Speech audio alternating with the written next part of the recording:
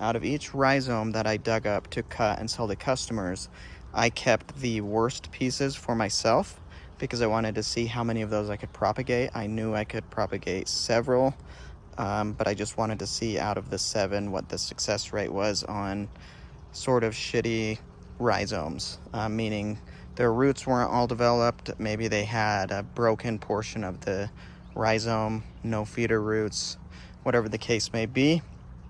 As you can see in the 7 containers, I have 1, 2, 3, 4, 5, and then 2 did not produce yet. So 5 out of the 7, I don't know the math on that. Clearly that's a majority though. Like I said, these are all from shitty rhizome cuttings. And so it's hard to feel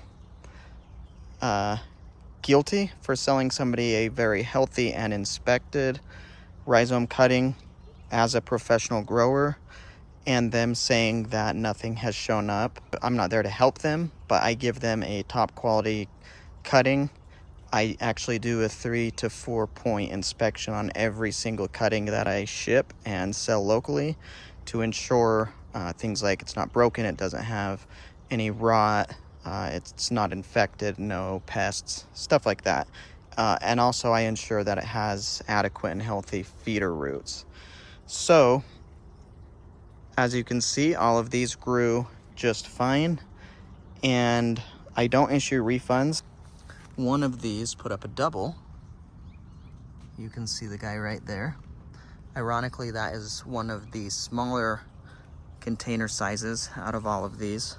2 out of the 3 big ones grew just fine, and 3 out of the 4 smaller ones grew just fine.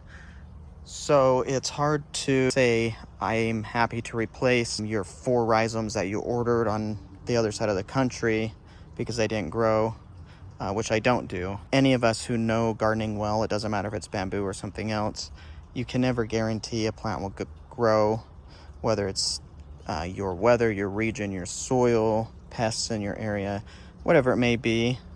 Some elements we can't control. All 7 of these, it took me maybe 10 minutes to throw them in the container.